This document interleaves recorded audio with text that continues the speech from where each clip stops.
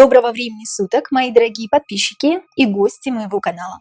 С вами канал Энергия Таро, это значит, что сегодня нас с вами ждет очередной расклад. Перед тем, как мы начнем, хотела бы рассказать вам о нашем втором закрытом канале на Бусти.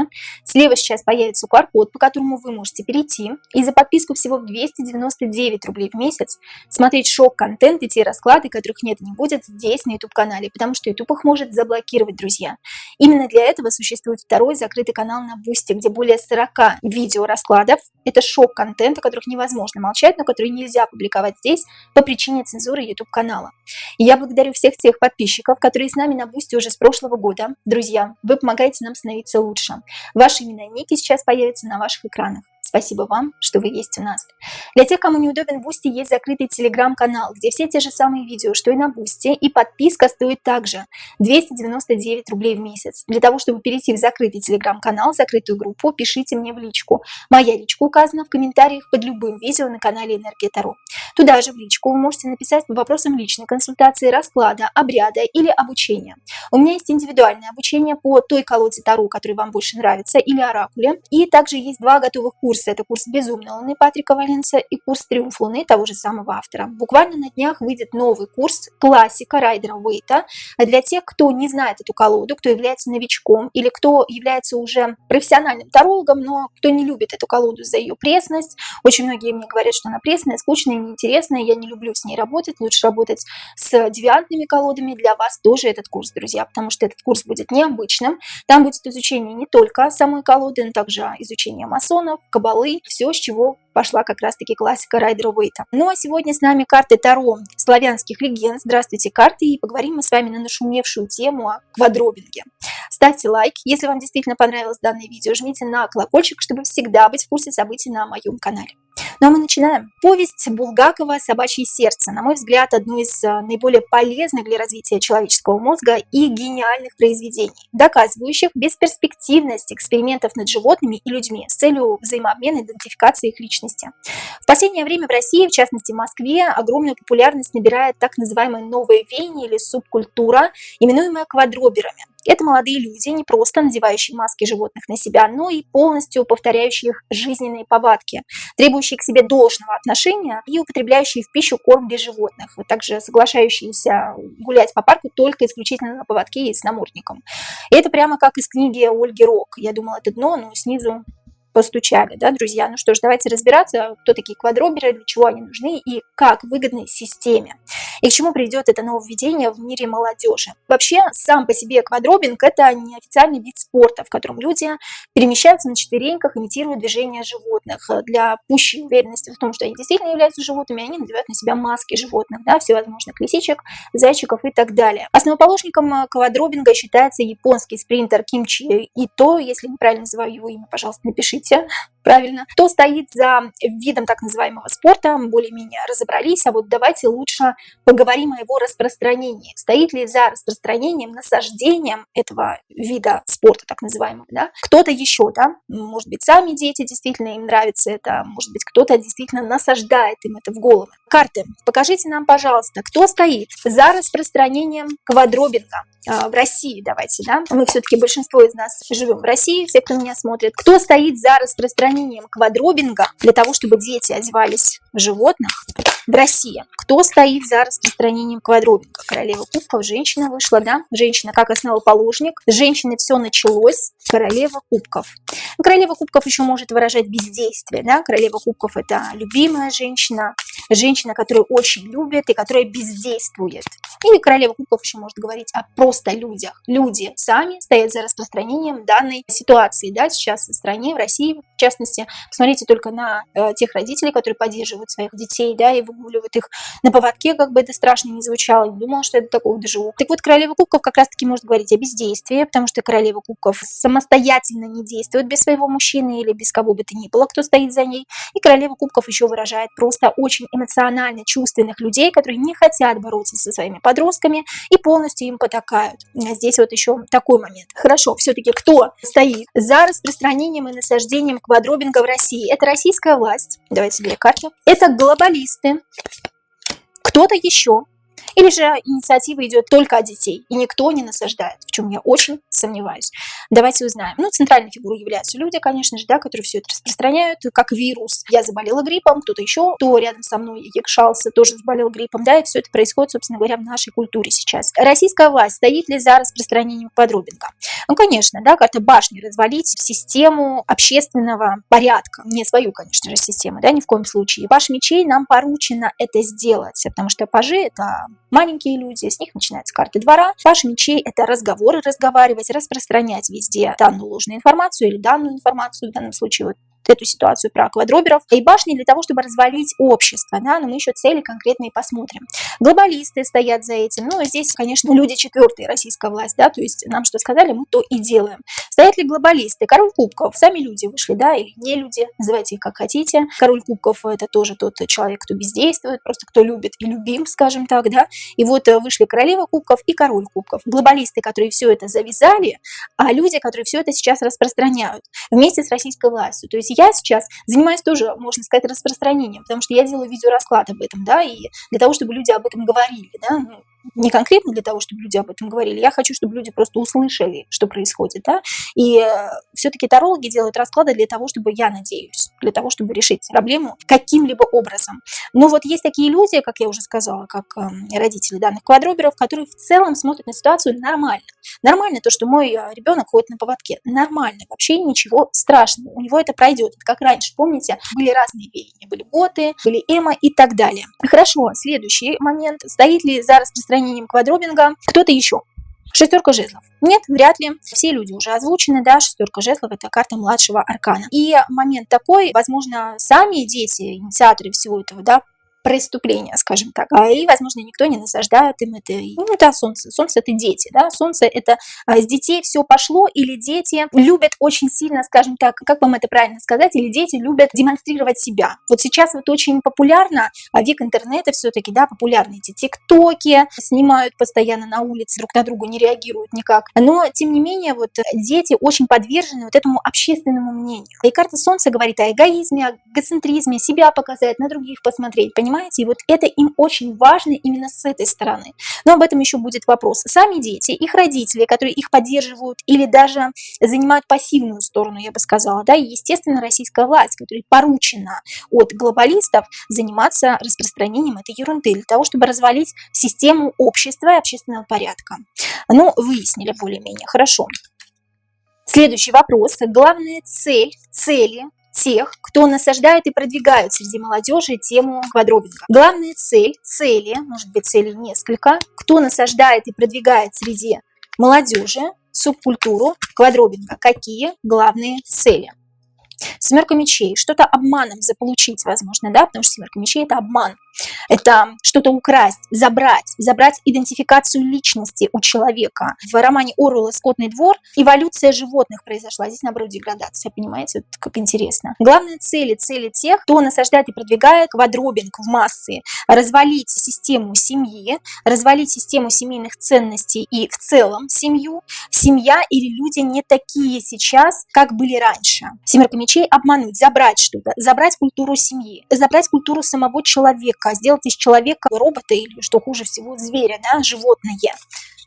Оскотинить человека. По шестерке кубков и десятка пентаклей все должно остаться в прошлом. Вот все то, что было раньше, семейные ценности, идеология какая-то, да, определенная, вот это должно остаться в прошлом, и мы обманом забираем что-то у вас. Насаждая при этом, король жезлов, через людей, король жезлов – это человек, какие-то нововведения, говорю, пажа жезлов вытягиваю, да, через детей. Да, все верно, да. Рыцарь пентаклей. Через детей, через людей, насаждая какие-то новые веяния. Вот семерка мечей единственная здесь плохая карта, и она здесь просто закрывает абсолютно все карты. Вот смотрите, да, первая вышла семерка мечей, она закрывает первую карту, десятку пентаклей и шестерку кубков. Оставить в прошлом все то, что было хорошо. Все то, что было замечательно, какая у нас была культура общения, культура жизни, культура семьи. Все это оставить в прошлом и через людей, через детей подарить им что-то новое. Ну, в плохом смысле этого слова подарить, да, рыцарь пентаклей что-то несет, какой-то ресурс. Но этот ресурс полностью должен оболванить людей, оскотинить их, в прямом смысле этого слова. Вот какая главная цель у тех, кто все это вообще затеял. Очень хитро так, они все это распространяют. такой вопрос тогда, да, является ли данное движение оружием против человечества? Является ли данное движение, субкультура квадробинга, оружием против человечества, да или нет? Восьмерка кубков. Чтобы люди что-то не замечали, чтобы каких-то главных новостей. Вот сейчас будет что-то, что последует за квадробингом, чтобы люди не замечали чего-то важного, чего-то главного. И таким образом, захватив их умы на какую-то нейтральную тему, которая затем, вот тема квадробинга, она скоро уйдет, друзья мои, да, вот поверьте, которая будет затем не так важна. Отвлечь их от главных каких-то моментов этой жизни, чтобы люди не замечали чего-то главного, да, чтобы смотрели совершенно на другое. Тем не менее, там будет происходить что-то третье, да, что нам действительно будет важно как людям. Тройка жезлов, друзья мои. Является ли данное движение оружием против человечества? В какой-то степени да. Оружием против семейных ценностей. Я не вижу здесь старших арканов. Я думаю, что после квадробинга будет нечто большее, будет более масштабное, да, вот что как раз-таки действительно может развалить систему общества, нас как общество. Если специально подготовленные люди, координационные центры, которые подготавливают молодых людей к квадробингу, ну, если в данном случае вот в России, да, какое-то движение, да, конечно, смерть не так, как было раньше, полная трансформация, да, ты совершенно другой человек, конечно, и люди эти, возможно, даже приближены к системе, почему? Потому что карта старшего аркана вышла, да, все-таки это, друзья мои, не хала-бала, как говорится. Да, смерть – это полностью перерождение, трансформация тебя как личности, забрать твою идентификацию личности, и ты больше не будешь человеком. Тогда такой вопрос. Направлено ли движение субкультура квадробинга на всех детей, людей или только на отдельные нации, например, на славян? И почему? Направлено ли на всех детей, людей, абсолютно на всех, или только на детей определенных наций, ну, например, славян, да? И почему? Ну, если направлено только на отдельных, да, каких-то персонажей. Хорошо. Направлено ли на всех детей, людей? Направлено ли только на славян, на людей определенной нации? В целом, кто попадет, да? Вот здесь вот интересно, что большинство людей гиперэмоциональные, гиперчувствительные, те, у кого эти чувства, эти эмоции можно забрать. Вот славяне отличаются от других детей, давайте детей будем брать, да, конкретно, потому что все-таки с детей это все начинается. Они отличаются своей повышенной эмоциональностью, чувствительностью, очень подвижной психикой, давайте будем так говорить, да, и девятка кубков можно расшатать психику через вот как раз-таки определенную национальность, у которой эта психика очень подвижна. Туз кубков, девятка это стагнация, все у меня хорошо, все замечательно, но туз кубков это эмоции, это порыв эмоций, да, через славян просто легче зайти, скажем так. А в целом по тройке мечей, по восьмерке жезлов направлено абсолютно на всех, но тройка мечей не со всеми срабатывает, вот понимаете, в чем дело, да? Не со всеми детьми это срабатывает, но с нашими конкретно работает, потому что психика подвижная. А почему именно вот конкретно со славян, да, ну, понятное дело, почему, да, психика подвижная, четверка мечей, нужно расшатать ее. Разбудить. Четверка мечей, карта зимней спячки. Нужно разбудить медведя для того, чтобы медведь съел некоторое количество человек, скажем так, да, чтобы съел общество. Ну, здесь понятно, да, почему? Потому что психика подвижная, еще раз повторюсь, эмоции зашкаливают, дети ведутся на эту тему, их можно расшатать, разбудить, соответственно, через них можно зайти на целое общество, на целое поколение людей, других детей и так далее. Если уже взрослые спокойно на это реагируют, то я не знаю, что будет в будущем. Кто максимально подвержен квадробингу? Здесь уже конкретно не про нацию, а здесь, наверное, все-таки про детей, да, вот именно по характеристике своей личности. Кого легко, очень легко кому насадить, да, эту тему. Кто максимально подвержен квадробингу? Замкнутость. Замкнутость, здесь карта жадности в данном случае, да, замкнутость от людей. Те дети, которые асоциабельны, понимаете, вот, есть социопатия, социофобия, мизантропия. Есть некоторые психологические моменты в человеческом мозге, которые поддаются лечению с психотерапевтом. Четверка пентаклей – зажатость. Когда я хочу побыть наедине, когда у меня люди вызывают какой-то, я не знаю, шок, я не могу находиться с людьми, да, я начинаю агрессировать, король мечей, или я начинаю путать слова, то есть я не могу общаться с людьми, я не коммуникабелен. Вот на тех детей очень подвержены они квадробингу, да. Легко насадить. Пятерка мечей. Пятерка мечей булили людей, да, или люди часто проигрывали, люди уходили несолоно хлебавши с каких-то определенных моментов в своей жизни, да, возможно, ну, действительно частый проигрыш какой-то в этой жизни.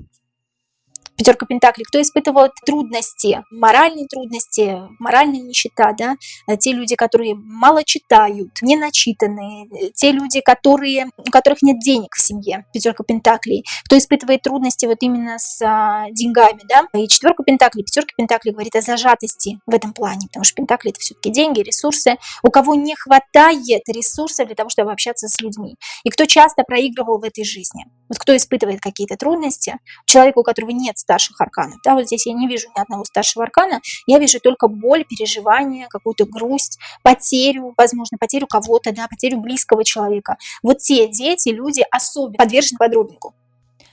Следующий вопрос. Правда ли, что есть лидеры в группах по квадробингу, которые высылают детям задания на день, а они выполняют эти задания, потом отчитываются о выполнении? Есть ли такие лидеры Солнца? Конечно, есть те, кого слушаются, дети. И в частности, это тоже дети, да, только подростки. Дети только побольше, скажем так.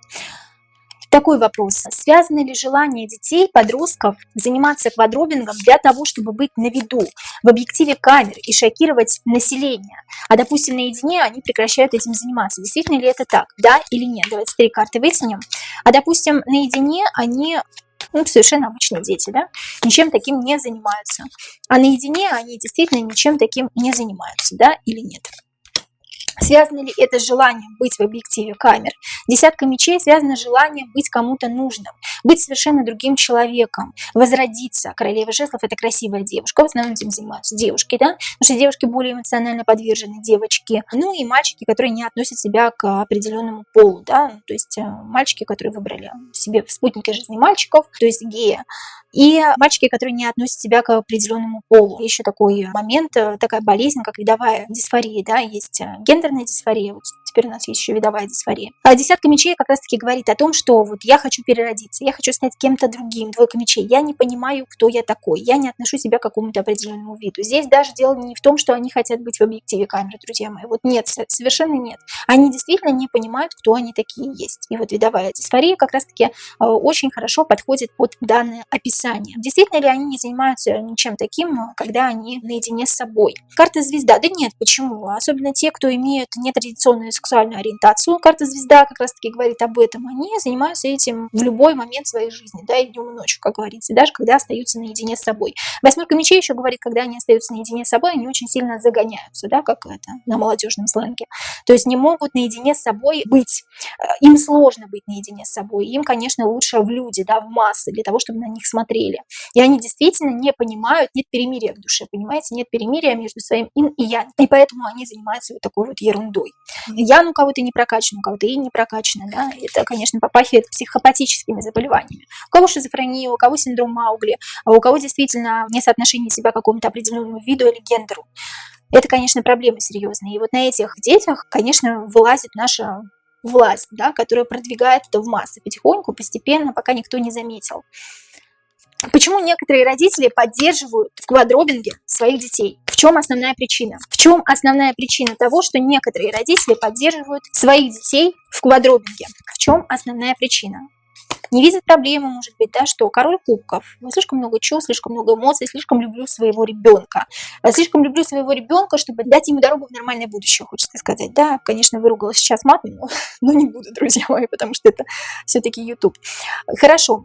Король кубков, слишком много эмоций. Я дарю своему ребенку, я люблю своего ребенка, я хочу для своего ребенка только самого лучшего. И вот знаете, как в психологии. Хочешь понять своего ребенка и полюбить его на самом деле, да, и принять его. Собственно говоря, принимать все его пожелания, да, и потребности. И почему-то некоторые родители, некоторые взрослые сейчас, видимо, восприняли это совершенно серьезно, то, что квадробинг нужно принимать, да. Почему некоторые родители поддерживают в этом своих детей в квадробинге? Паш мечей не хотят неловких разговоров, серьезных разговоров, да, дискуссий каких-то определенных. Некоторые подростки очень тяжелыми подростками являются 13-14 лет, да, там 12-13-14 лет. Конечно же, родители не хотят вот этих дискуссий, не хотят вот этих ссор. Карты башни, да, не хотят разлома. Возможно, думают, что если я не соглашусь со своим ребенком, то это может дойти до крайности, вплоть до самоубийства и так далее. Да, карта башни, кстати, тоже может об этом говорить. И карта башни, помните, что она всегда гниет с головы. А голова у нас кто? Голова у нас власть, и голова у нас родитель. И если родитель поощряет и позволяет своему ребенку данные премудрости и причуды, то ничего хорошего из этого не выйдет.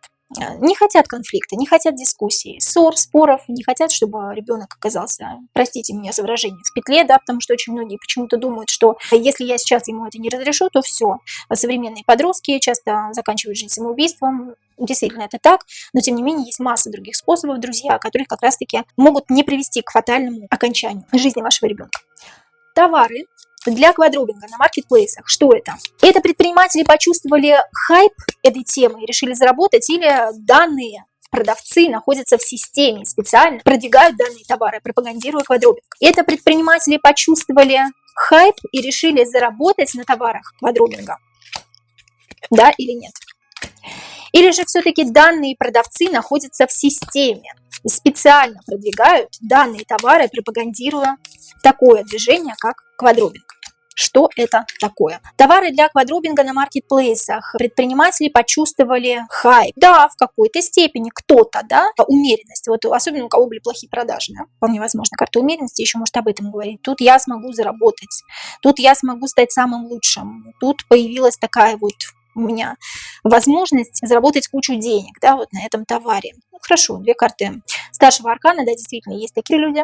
Хорошо, а что по поводу пропаганды все-таки? Есть ли люди из системы? Да, есть. И снова карта башни, и снова карта паш мечей вышла у нас, да, вместе. Карта паш мечей, подсыльные, подосланные кем-то. Что мне сказали, то я и делаю. Что мне сказали, то я и буду продавать башни для того, чтобы развалить общественную систему. А есть и такие, друзья мои, таких вот тоже много, да, которые на хайпе начинают продавать товары, корм для квадробинга, да. Но, слава богу, он не является кормом для животных, хотя я в этом тоже ничего хорошего не вижу.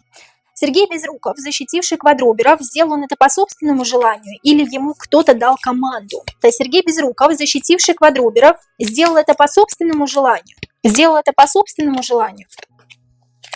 Или кто-то Сергею Безрукову дал команду, чтобы сказать это на камеру, как оно на самом деле было. Сделал это по собственному желанию. Он действительно не считает, что это что-то плохое. Королева Пентаклей. Занесли денежку, да, кому-то. Это именно Сергею Безрукову. 9 жезлов, 9 мечей. И еще есть страх перед тем, кто сильнее меня, кто больше меня в этой системе, да. И я, конечно, не хочу лишиться главных ролей в сериалах и в кино. Сергей Безруков говорит нам так. Королева Пентаклей кто-то денежку занес, да, и я, собственно говоря, мне ничего не оставалось, как сказать об этом во всеуслышание, да, конечно. Здесь поспособствовали люди, императрица в данном случае, либо какая-то женщина на самом деле, да, это сделала. А императрица еще говорит о детях, о семейных ценностях, да, либо была какая-то угроза семье Сергея Безрукова, что здесь тоже, кстати, может быть вполне, потому что Сергей Безруков находится в системе. И король Пентаклей здесь люди поспособствовали, люди дали денежку для того, чтобы он это сказал в массы и разнес в массы, да, потому что очень многим нравится актер Сергей Безруков и очень ценно мнение данного актера для многих. Карта императрицы, 10 пентаклей, развал семейных ценностей, да, и карта императрицы здесь является единственным старшим арканом во всем этом раскладе. И, конечно же, ему кто-то дал команду. Вполне возможно, что это действительно была какая-то женщина, которая сейчас управляет вот этой системой квадробинга. Мне почему-то кажется, что это именно женщина делает. И не раз я уже доставала карты на то, кто является главным антагонистом, инициатором всего этого проявления движения в Российской Федерации, по крайней мере, и выходила женщина.